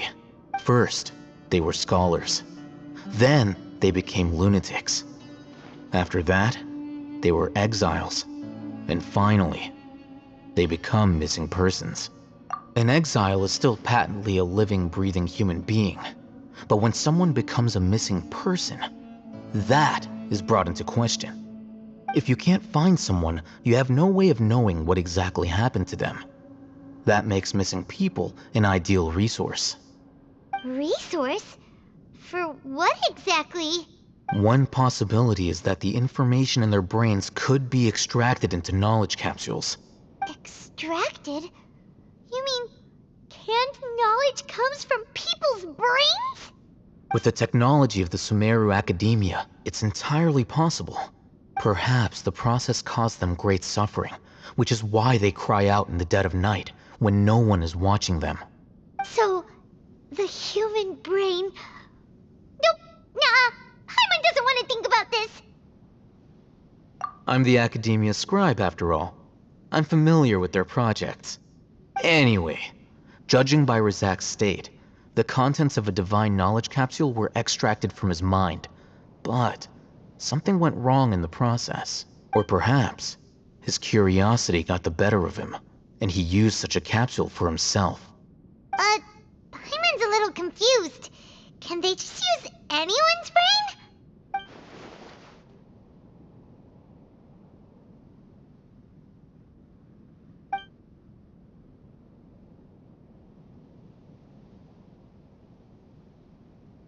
The look on your face tells me you've realized the answer.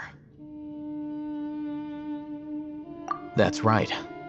To some scholars, gaining knowledge about the gods is their entire life's pursuit. Extracting canned knowledge is just one of the extreme measures they turn to. However, I can't help but wonder, what do they seek to gain from divine knowledge?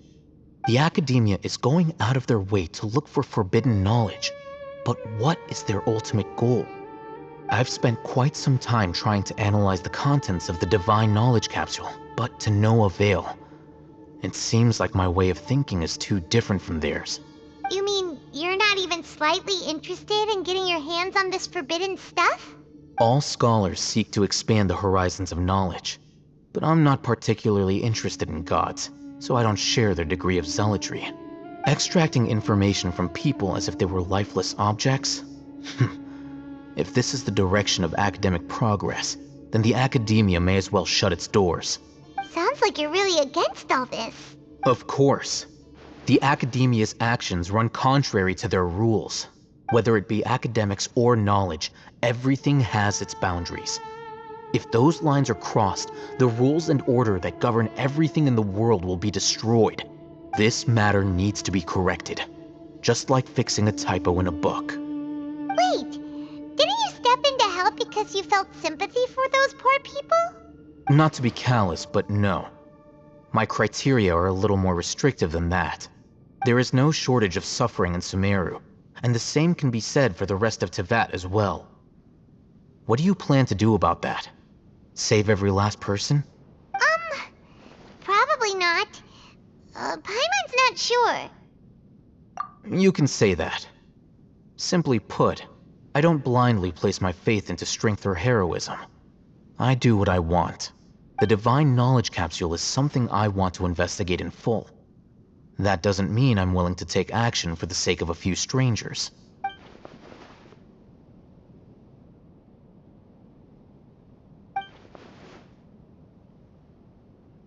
Paimon's been wanting to say this for a while. There are a lot of bad guys in the Academia, but you're not one of them. You're their weirdo. You're probably right. Though I must say, I quite enjoy this feeling of being the odd one out. Uniqueness is also an asset, is it not? Wow, that's a great way to think about it. Paimon's really impressed. If only Miss Shani had a similar mindset, her life would definitely be a lot easier.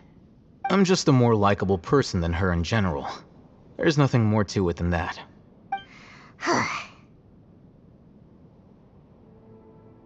He won't last long if we leave him here. Let's take him with us. We'll work out our next step after we return to Aru Village. We're back! You must be tired. You should rest and take some water. What's the situation? Who's this? Unfortunately, somebody who's too young to take on the role of Isak's grandfather. Nevertheless, he's one of the people we're trying to find.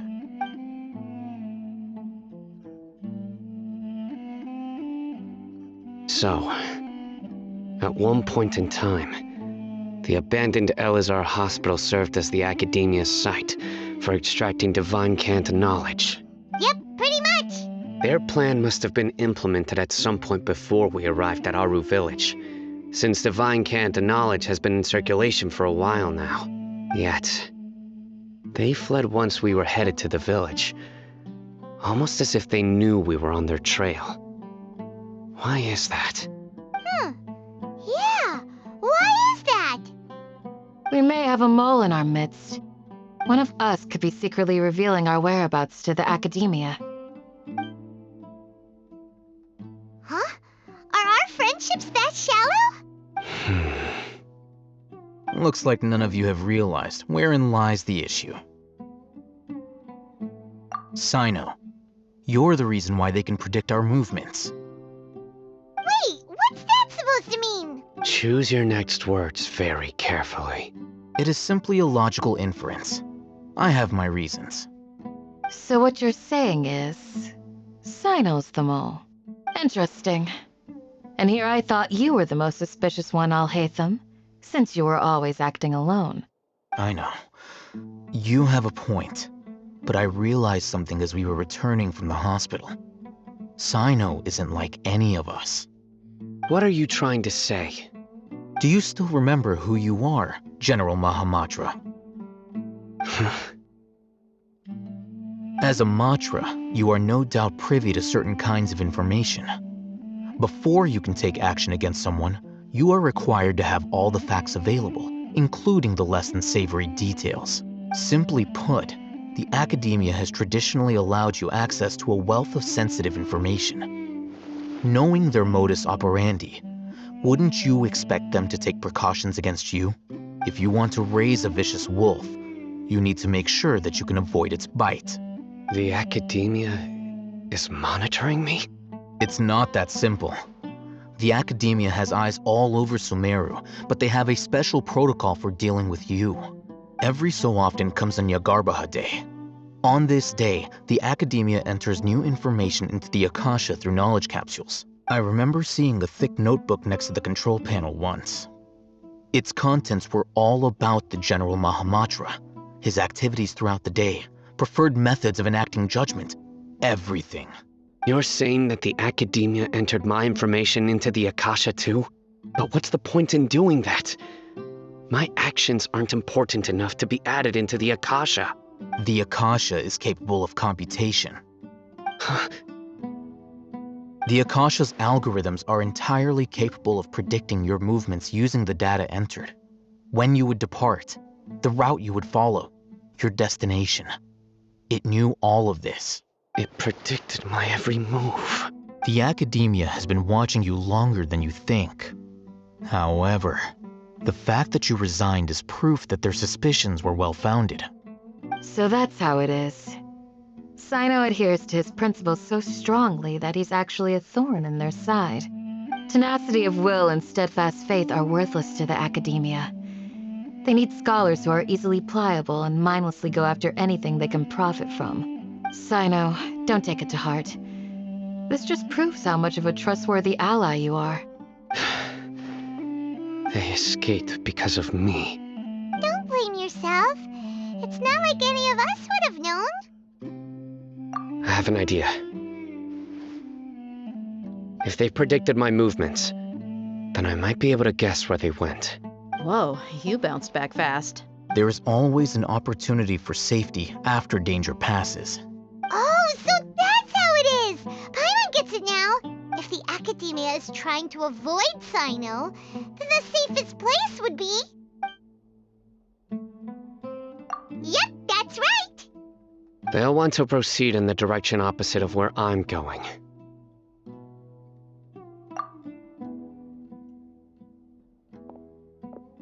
I must go. There's also something I want to investigate. Let's go, guys! After him! Please, wait! I want to go too! You want to go too? If so, you have to promise you'll stay safe. I want to find Grandpa. I promise I'll be careful and not cause any trouble. Everyone, I leave him in your hands. Yay! Let's go! Remember to pack some food with you! Paimon feels like we're missing someone, though. So, where do we go from here? Yes. After leaving the village, we should head straight toward the desert. There's something here. What's this? It's buried in the sand. Looks like we'll need to roll up our sleeves and do some work. And Paimon thought running around everywhere was already enough work. Okay. So, we have to dig it out? Whatever's down there, it looks like it's buried really deep. These are likely fragments of an Academia-developed device, something akin to a headset. Looks like there were more than one village keeper. They must have been escorted this way because there are device fragments scattered around here. Let's split up and search the area. Chances are that we'll find other things nearby.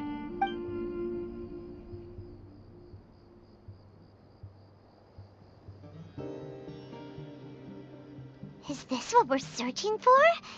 It looks kinda scary. This is definitely a device used to extract divine knowledge. How did it end up buried in the sand?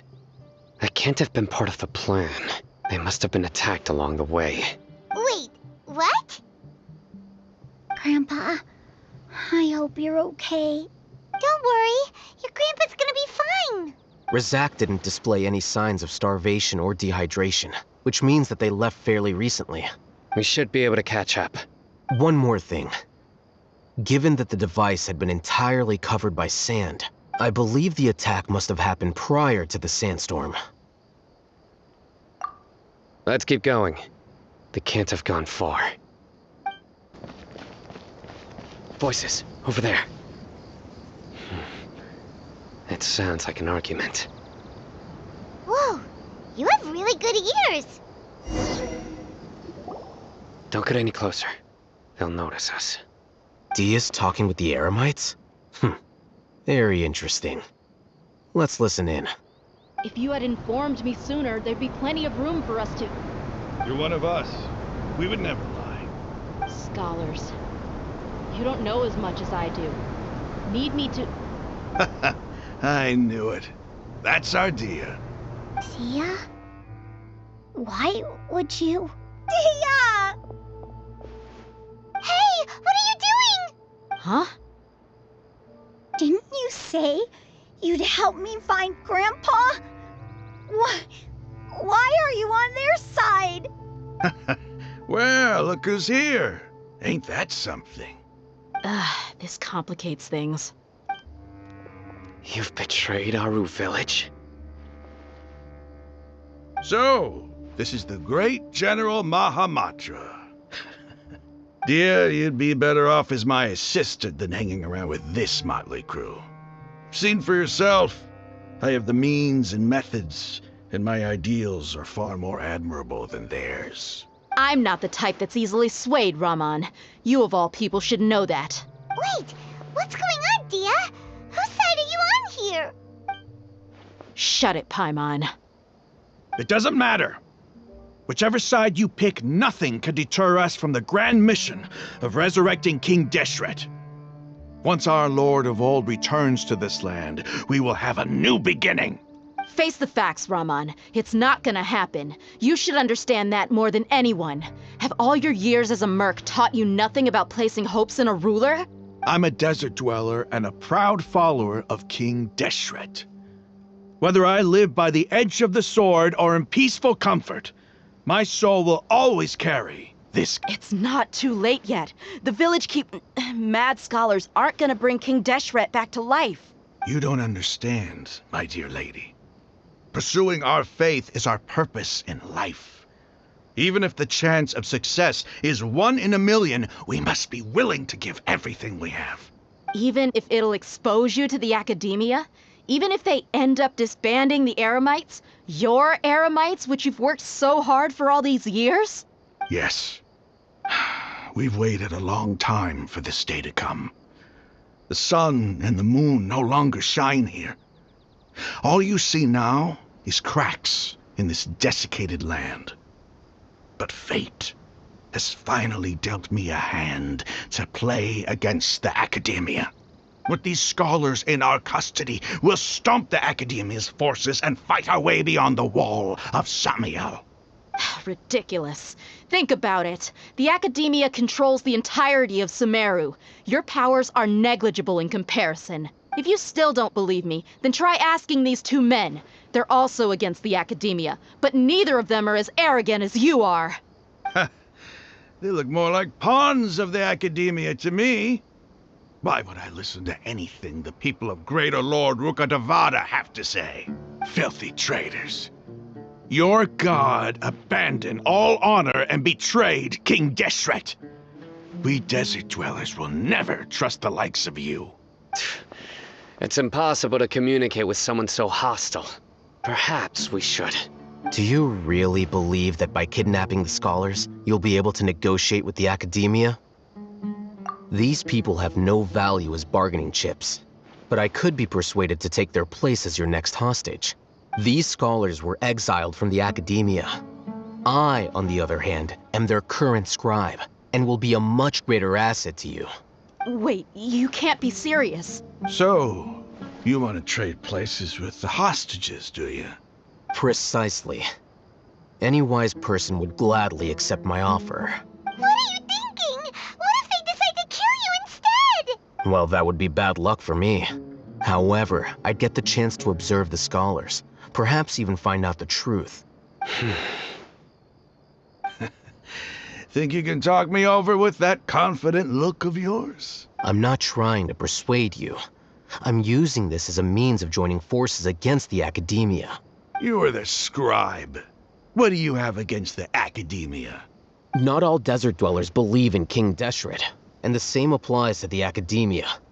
Why must all knowledge seekers approve of the Academia's way of doing things? You Academia scum. Every last one of you is nothing but a hypocrite, just like everyone else on the other side of that wall. I've made myself clear enough. I won't listen to another word from the Dendro Archon's people. Not so fast. I'll hate them. Do you stand by everything you just said? I never make empty promises. You know you're making a dangerous decision, right? I do. Good. Raman, hear me out. These people are my friends. Maybe you can't take the followers of the Dendro Archon at their word, but what about me? Do you trust me? We've known each other for years. Of course I do. In that case, I'm willing to vouch for their honesty with my right arm. Come on, Raman, don't be a coward. If you're serious about taking on the Academia, you need to steel yourself. You can't be afraid. An arm from the Flame Mane. You've piqued my interest. But what if you refuse to oblige? What should I do then? No one's a fool here, Dia. We're mercs. And mercs don't tend to live long unless they have their wits about them. You're not wrong, but this is different. I promised my friends that we'd bring back the village keepers together. Let's do it right here then. Give me your right arm as proof of your resolve. Don't listen to him! He's not even trying to negotiate! He just wants to make things more difficult! That's fine. Are you crazy? We came here to save lives.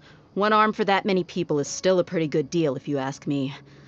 Raman, I'm holding up my end of the deal here. You'd better not let me down. Sure. Go ahead and cut off her right arm. No! Dia! What are you gonna do? Think of something! You don't have to go this far. That's not for you to decide. Do it!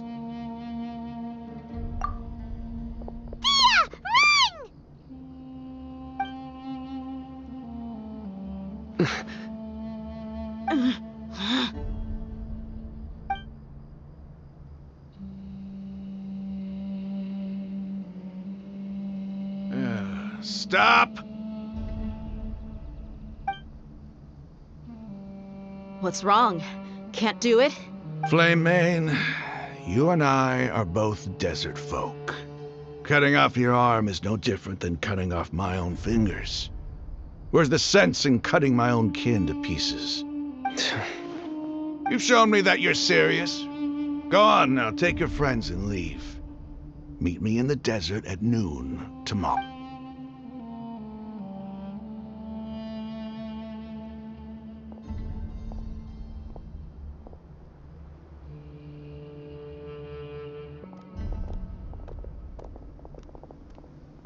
Phew. I was really counting on him not going through with it. Dia! That was crazy! Have you all lost your minds? What if he'd actually cut your arm off? Then I'd just have to hold my claymore with my left arm. Okay, I'm sorry. But sometimes when you're out on a limb, you gotta double down to seal the deal, you know? Don't ever make a promise like that again. I can deal with the likes of them. If it came down to it, you would not lose to them either. I don't doubt it, Sino. But this is about more than me and them. There's a lot more where they came from. Even if we got rid of one bunch of radicals, there are others out there. Wiping them out would do more harm than good.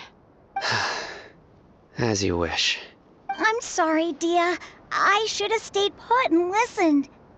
I should have trusted you. It's okay. I promised you I'd help find your grandpa, so I'll do whatever it takes. Whatever it takes? You just might be scholar material. Huh? Are you serious? The Eremites once said that I was a lunatic. Perhaps a little madness is essential to be successful in research. Why does it feel like he's using his praise for me as an excuse to brag about himself? Okay, let's get moving. We should head back to the village and rest up. Today was just a trial run. Noon tomorrow is gonna be the hard part.